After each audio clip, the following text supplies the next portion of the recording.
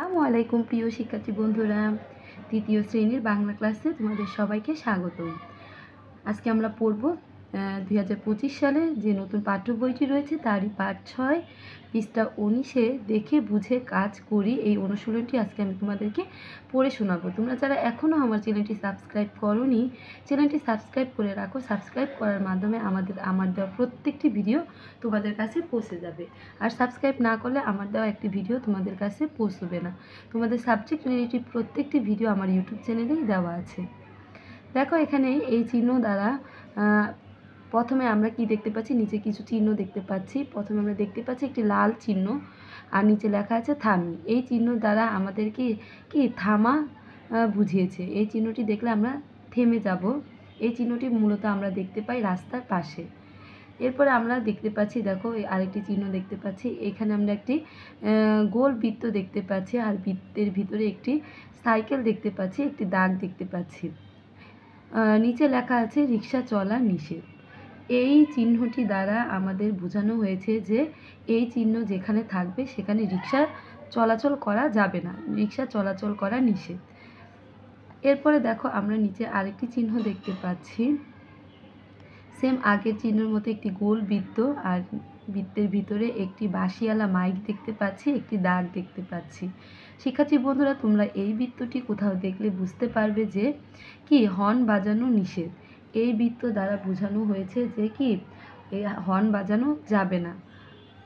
যেই যেই জায়গায় এই বৃত্তটি থাকবে, চিহ্নটি থাকবে, সেখানে কি হর্ন বাজানো যাবে না। যেমন শিক্ষা প্রতিষ্ঠান, হাসপাতাল, শিশু পার্ক, এরকম স্থানে আমরা সচরাচর এই চিহ্নটি দেখতে পারি। এরপরে আমরা পরবর্তীতে দেখতে পাচ্ছি, দেখো সিগন্যাল বাতি। আমরা জানি যে সিগন্যাল বাতি হচ্ছে কি আমাদের রাস্তা কি সিগন্যাল বাতি দেখে আমরা কি করি, রাস্তা পার হই।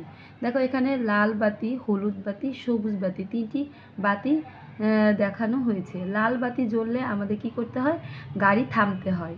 আর হলুদ বাতি জ্বললে কি করতে হয়, দেখো হলুদ বাতি জ্বললে গাড়ি থামানোর প্রস্তুতি নিতে হয়। আর এই সবুজ বাতি জ্বলার মাধ্যমে কি গাড়ি নিয়ে অগ্রসর হওয়া যায়। দেখো নিচে আমরা আরেকটি চিহ্ন দেখতে পাচ্ছি। এই ছবিটি দ্বারা আমাদেরকে বোঝানো হয়েছে যে টয়লেট ব্যবহার করি।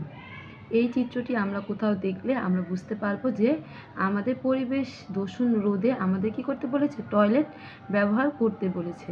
এই চিহ্নটি থাকলে আমরা ওই জায়গায় কি করতে পারবো, টয়লেট ব্যবহার করতে পারবো।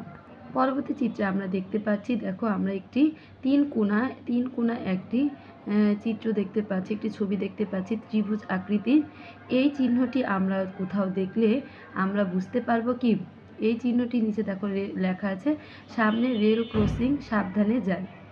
এই চিহ্নটি আমরা কোথাও দেখলে আমরা বুঝতে পারবো এটি হচ্ছে কি রেল চলাচলের রাস্তায়, এখানে কি রেল ক্রসিং চলে, আমাদের সাবধানে কি চলাচল করতে হবে। এই চিহ্নটি দ্বারা প্রকাশ করা হয়েছে। এরপরে দেখো আমরা নিচে আরেকটি চিহ্ন দেখতে পাচ্ছি। এই চিহ্নটি হচ্ছে কি একটি হাসপাতালের ছবি। দেখো এখানে আমরা একটি হাসপাতালের ছবি দেখতে পাচ্ছি, লেখা আছে সামনে হাসপাতাল। এই চিহ্নটি দ্বারা বোঝানো হয়েছে যে পথের ধারে সামনে কি হাসপাতাল রয়েছে। চিহ্নটি দেখলে আমরা বুঝতে পারবো যে এখানে একটি হাসপাতাল রয়েছে। এরপরে আমরা দেখো নিচে আরেকটি চিহ্ন দেখতে পাচ্ছি। দেখো তিন কোণা আমরা একটি ত্রিভুজ আকৃতির চিহ্ন দেখতে পাচ্ছি, ভিতরে একটি মানুষ দেখতে পাচ্ছি কি করছে, রাস্তা পারাপার হচ্ছে।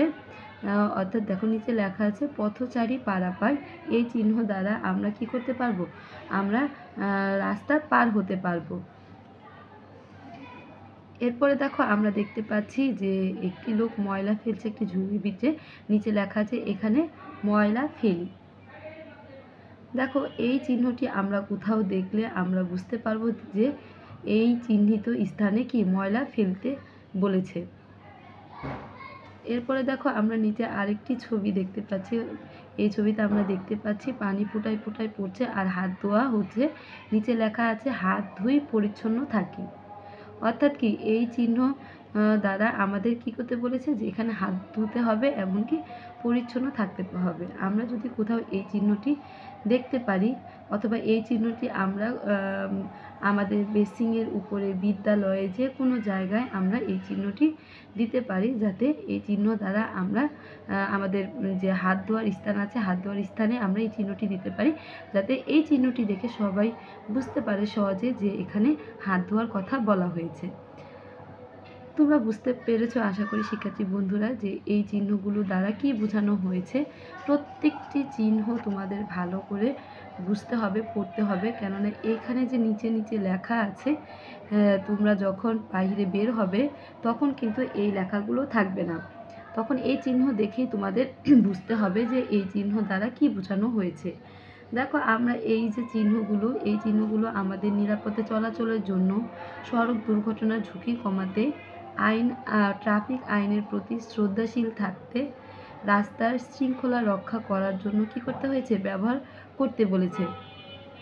তাহলে আমরা কি করব, এই সিগন্যালগুলোকে মেনে চলব এবং এই সিগন্যালগুলো দেখে আমরা যেখানে থামা উচিত, যেখান দিয়ে রাস্তা পারাপার হওয়া উচিত, যেখানে ময়লা ফেলানো উচিত, আমরা সেই কাজগুলোই করব।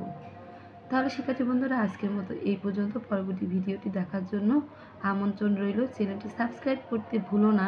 শিক্ষার্থী বন্ধুরা, তোমাদের প্রত্যেকটি সাবজেক্ট রিলেটিভ ভিডিও, তোমাদের 2025 সালে যে ভিডিওগুলো রয়েছে আমার প্লেলিস্টে, তোমাদের প্রত্যেকটি বইয়ের প্রত্যেকটি অধ্যায়ের ভিডিও আমি সবার আগে আপলোড করে দিয়েছি।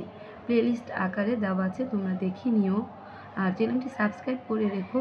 তোমাদের সাবস্ক্রাইব করার মাধ্যমে তোমাদের পরীক্ষা সংক্রান্ত সমস্ত তথ্যগুলো আমার এই ইউটিউব চ্যানেলে আপলোড করা হবে।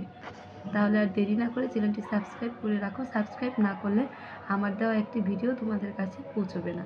আর সাবস্ক্রাইব করার মাধ্যমে আমার দেওয়া প্রত্যেকটি ভিডিও তোমাদের কাছে পৌঁছে যাবে, তোমরা দেখতে পারবে। শিক্ষার্থী বন্ধুরা, আজকের মতো এই পর্যন্ত। তোমরা ভালো থেকো। আল্লাহ হাফেজ।